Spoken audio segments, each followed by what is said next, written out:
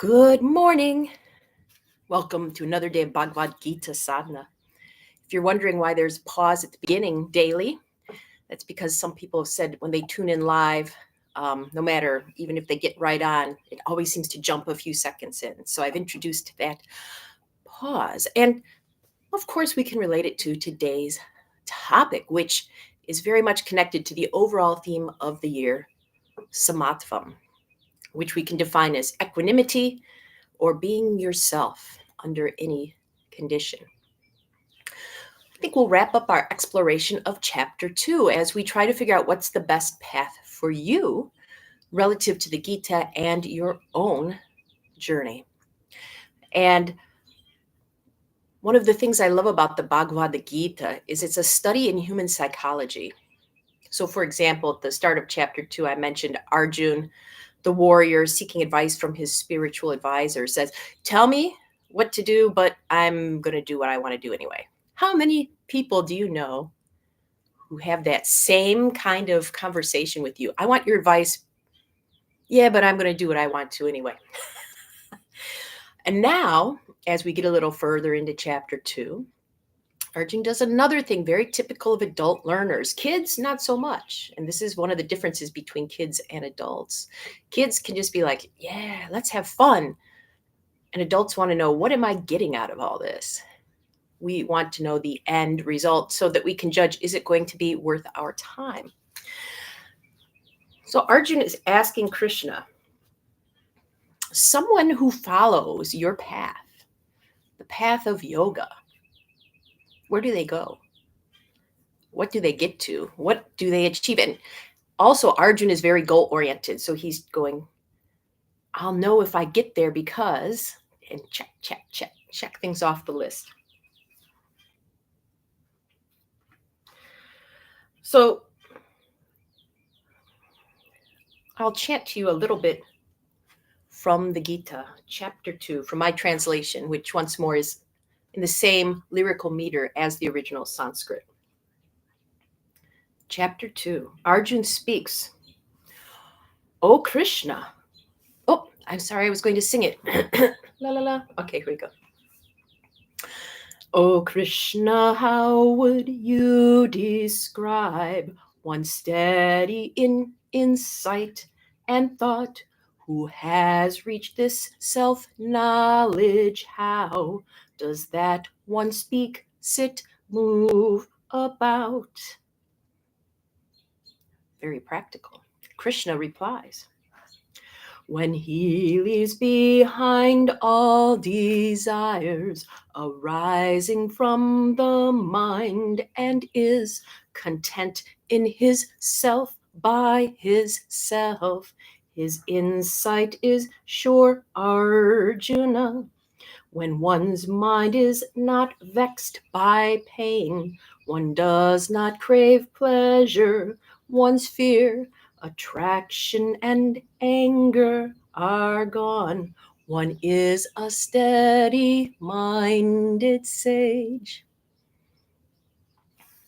And Krishna goes on a little bit after that, but one of the most striking things, the first thing he says, leaving behind desires caused by the mind, which often on the spiritual path, it's thought we have to give up desire, but this is ego-based desire. Your true heart's desire, that's what you follow. And then when one is content in themselves, by themselves, and the first self has a big S, so when one is content in their true nature and their ego accepts that, that's the little S self. When your little ego accepts who you truly are, there you are toward the end of your spiritual path. There are always next stages.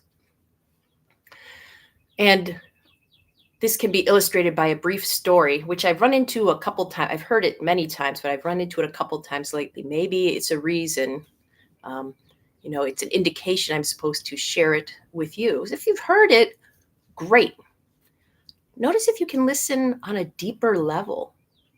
Like with a yoga pose, when you encounter it first, it's like, what do I do? You're taking it in, the details.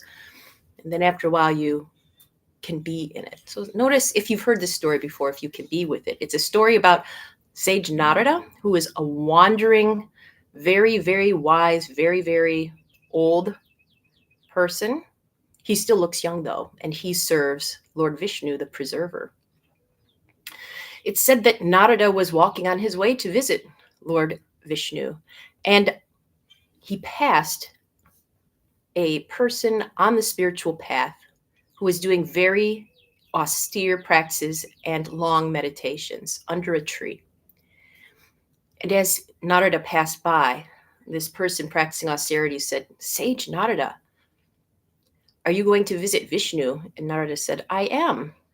"Oh, when you return, can you tell me how much longer it's going to take for me to reach enlightenment?" And Narada said, "I will be glad to pass your question on. See you later."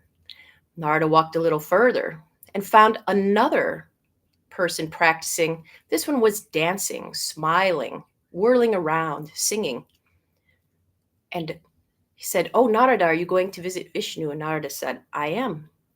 Would you please ask how much longer I have until I reach enlightenment?"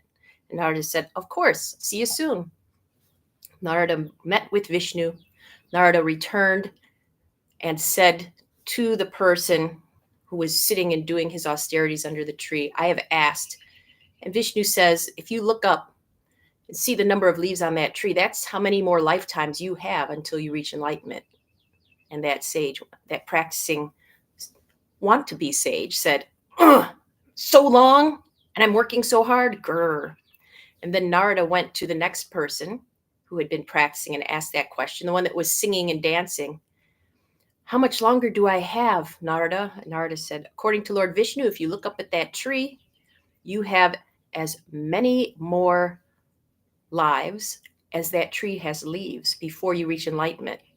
To which that person said, "Woohoo, such a short time." Well, this illustrates the idea of the path. For some of us, the goal is the goal.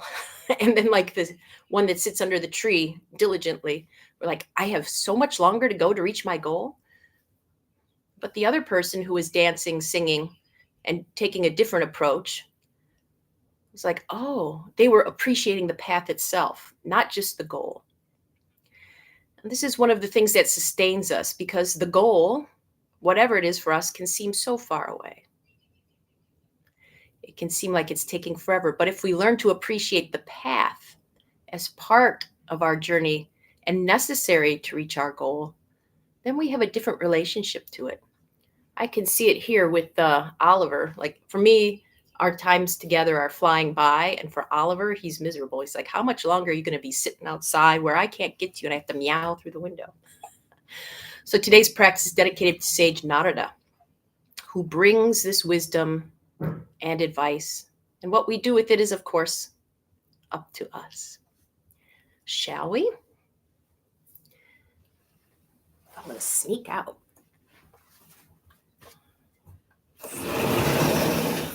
Time for a balance pose.